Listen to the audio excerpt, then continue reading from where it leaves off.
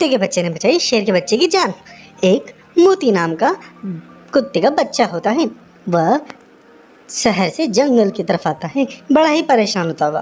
वो बात करता हुआ आता है, अरे शहर में तो मेरे मम्मी पापा के गुजरने के बाद सब किसी ने मुझे अपनाया ही नहीं, सबने मुझे भगा दिया। अब मैं क्या करूं?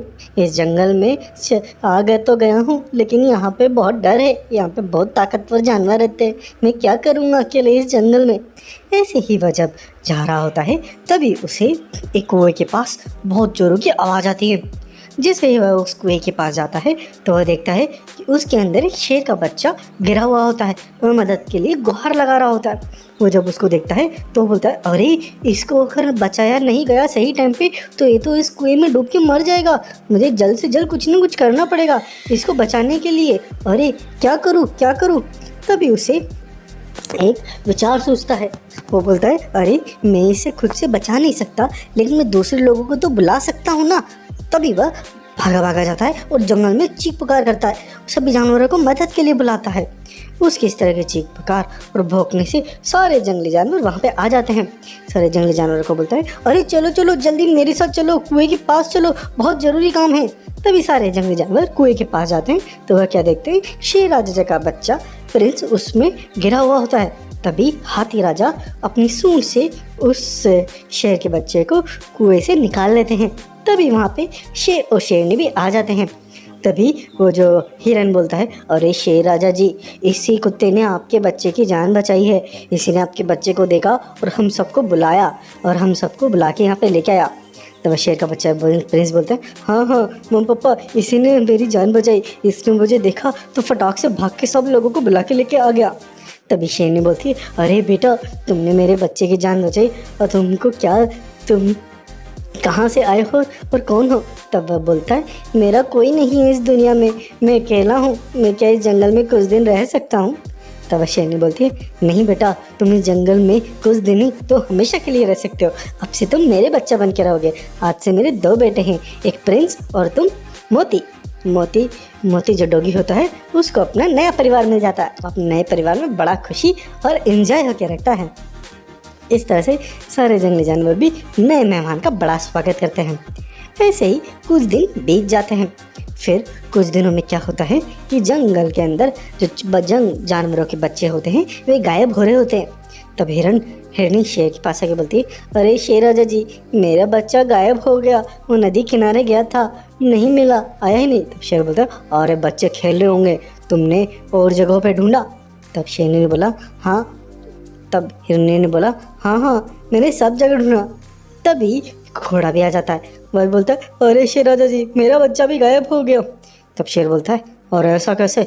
मेरे जंगल से सब बच्चे गायब हो रहे, तुम चिंता मत करो, मैं ढूंढता हूँ। तब शेर उसे ढूंढने चला जाता है।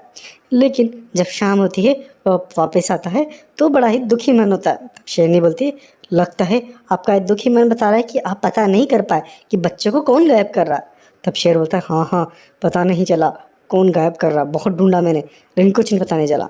तभी जो है एक और हिरन होता है, वो भी आता है। वो भी बोलता है, अरे मेरे बच्चे को भी गायब कर लिया शेर जी, अब बच्चे इस जंगल में सेफ नहीं है, कोई हम सभी बच्चों पे नज़र गड़ाए बैठा है। तभी शेरनी बोलती है, अरे शेर राजा जी, अब कभी न कभी हमारे बच्चों का भी नंबर आएगा, हमें इसका पूरा ध्यान रखना पड़ेगा। तब मोती डॉगी बोलता है, नहीं माता, ऐसा कुछ नहीं होगा, आप फालतू में चिंता कर रहे हो, हमारे परिवार पे, मेरे भाई पे कोई नज़र नहीं मार सकता, अब चिंता मत करिए। ऐसे ही कुछ दिन बीत जाते हैं और जो शेरनी का बच्चा होता है प्रिंस, वह गायब हो जाता है। तब शेरनी बोलती है, देखो मैंने कहा था ना, हमारा बच्चा भी अब गायब हो गया है, मुझे कुछ ना कुछ करना पड़ेगा। तब वो मोती बोलते हैं, माँ बहुत दुख की बात है, मैं ज़रूर कुछ करूँगा, मैं अपने भाई को ढूंढ के लेके आऊँगा। तब शेर बोलता है, नहीं तुम अभी बहुत छोटे हो, तो अपनी माँ के पास रुको, कहीं नहीं जाना तुम्हें, मैं ढूंढ के आता हूँ फिर से।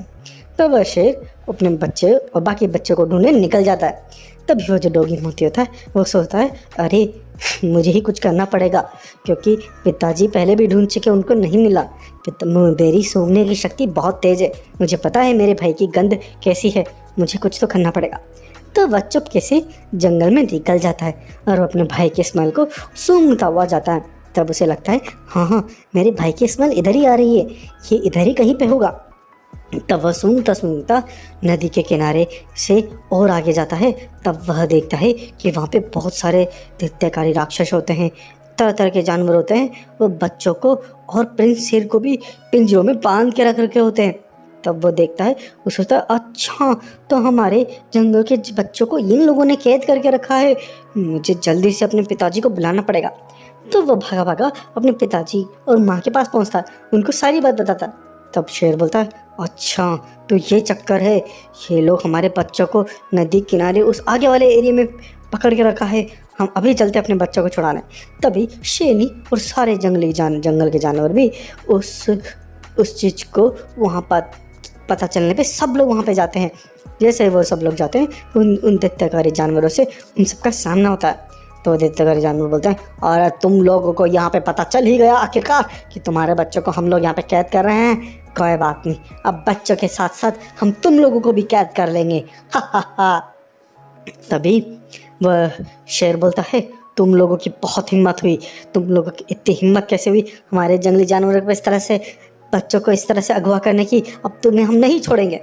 उसके बाद सारे जंगली जानवर, हाथी, शेर और शेर की पत्नी, हिरन, सब लोग उन दैत्यकारी राक्षसों पर अटैक कर देते हैं। उसके बाद बहुत भयंकर लड़ाई होती है।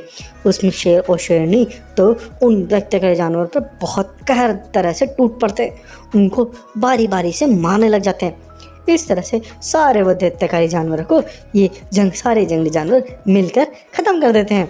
उसके बाद सारे जंगल के सारे बच्चों को वहाँ से आज़ाद कर दिया जाता है। जैसे ही सब बच्चों को आज़ाद करा जाता है, तब प्रिंस अपने भाई से आके गले मिलता है, बोलता है भाई तुमने मुझे फिर से बचाया। फिर उसके बाद शेरनी बोलती, हाँ बेटा, तुमने आज फिर से अपने आप को साबित किया, तुमने फिर से अपनी श्रेष्ठता साबित करी, तुम इस जंगल के बहुत ही बुद्धिमान जानवर हो। उसके बाद सारे जंगली जानवर भी अपने इस मोती डॉगी का बड़ा ही मान सम्मान करते हैं। उसके बाद वह डॉगी बोलता है, नहीं नहीं, मेरे भाई की ज़िंदगी और जंगल के सभी बच्चों की जान बची, यही मेरे लिए सबसे बड़ी बात है। आप सबका बहुत धन्यवाद। इस तरह से इस कहानी का होता है बहुत ही सुंदर और हैप्पी एंडिंग। हैप्पी शेयर करें, हैप्पी।